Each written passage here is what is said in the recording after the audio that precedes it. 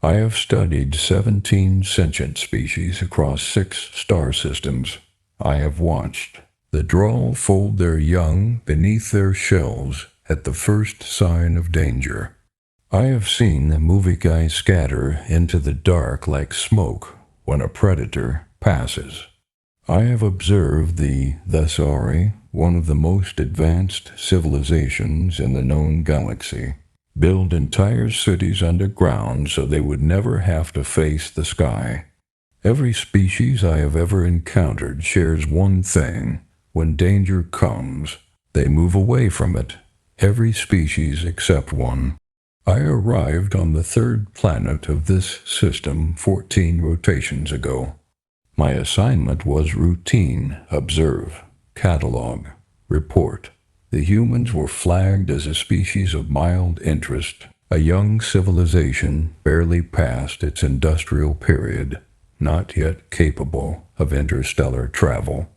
My superiors expected a standard report: demographics, social structures, dietary patterns. They did not expect what I sent back.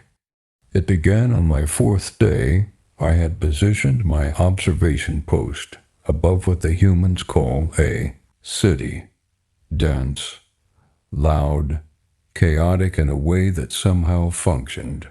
I was cataloging the movement of their vehicles when I heard it, a sound underneath the noise of the city, a wail, sharp and repeating.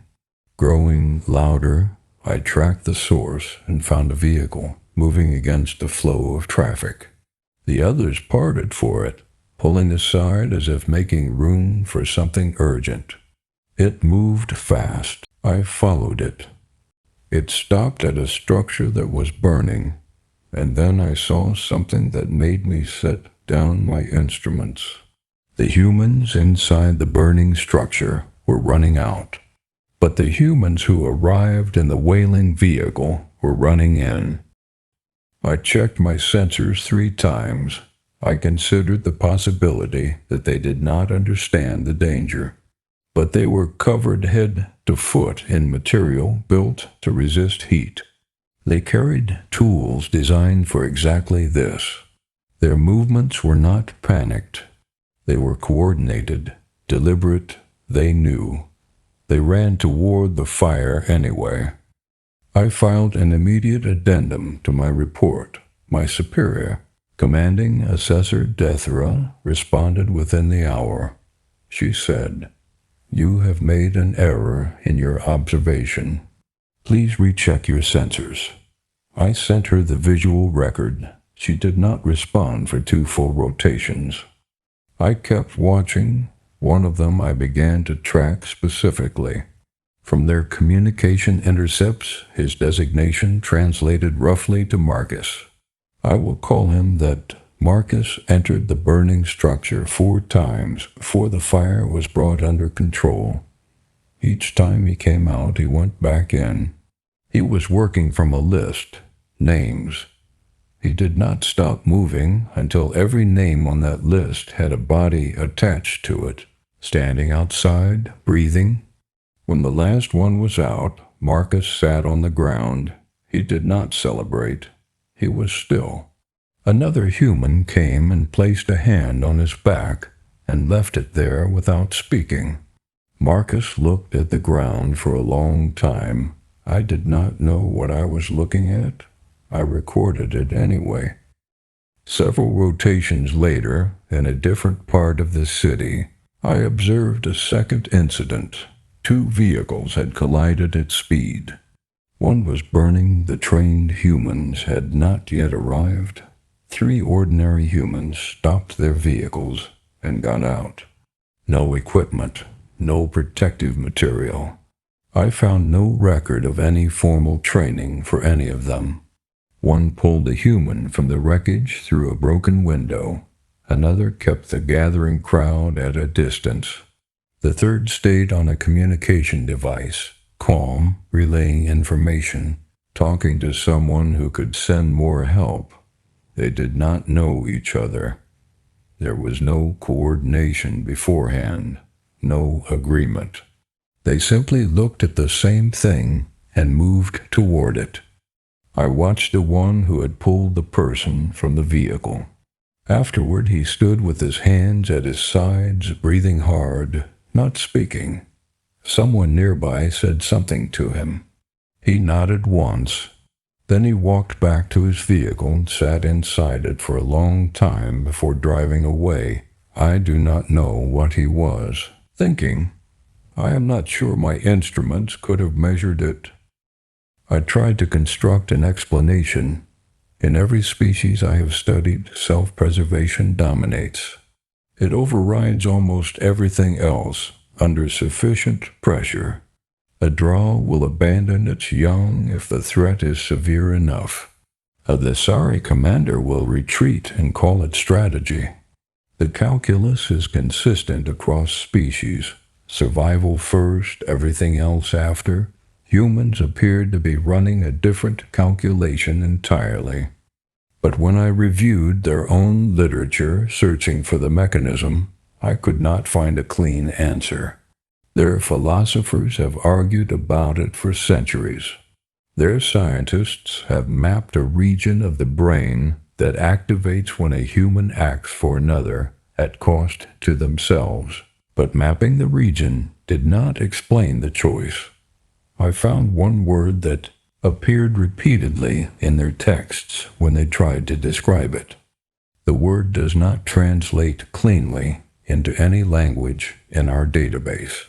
The closest approximation we have is love, but that word is too small and too soft for what I observed in Marcus. What I saw in him was not sentiment. It was something structural, something load-bearing, a decision made so deep in the self that it no longer required deciding each time. He did not think about whether to go in. He was already moving. I have been trying to write this final report for 6 rotations now. Every time I find a framework that fits, I watch humans do something that breaks it. Here is what the data shows.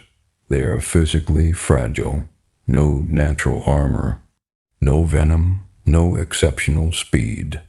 Their bodies are warm and they damage easily, and they know this better than I do because they have spent centuries documenting it, and still they build machines to fly. They descend to the bottom of their oceans. They have stood on the surface of their own moon and looked back at their planet, and some of them I have observed in archival records went quiet in a way that had nothing to do with the absence of sound. They grieve. They carry loss in their bodies in ways I am still learning to read. A posture, a pause, the way a person will stop in the middle of a task and look at nothing for a moment before continuing. They run toward the fire, not because they are not afraid. Fear functions the same in them as in every other species I have catalogued. The chemicals are identical. The body wants to run. They run toward it anyway. On the 14th rotation, I observed Marcus again. He was not working. He was outside a small structure away from the city with a child. His child, I believe.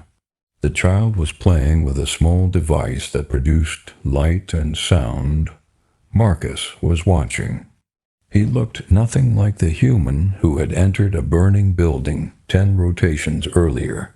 He looked ordinary, tired in the way something is tired after long use rather than damage. The child laughed at something from the device, and Marcus laughed too, quietly without looking away. I have a file now on human laughter. Understand it better than I did when I arrived. It is how they carry what they carry.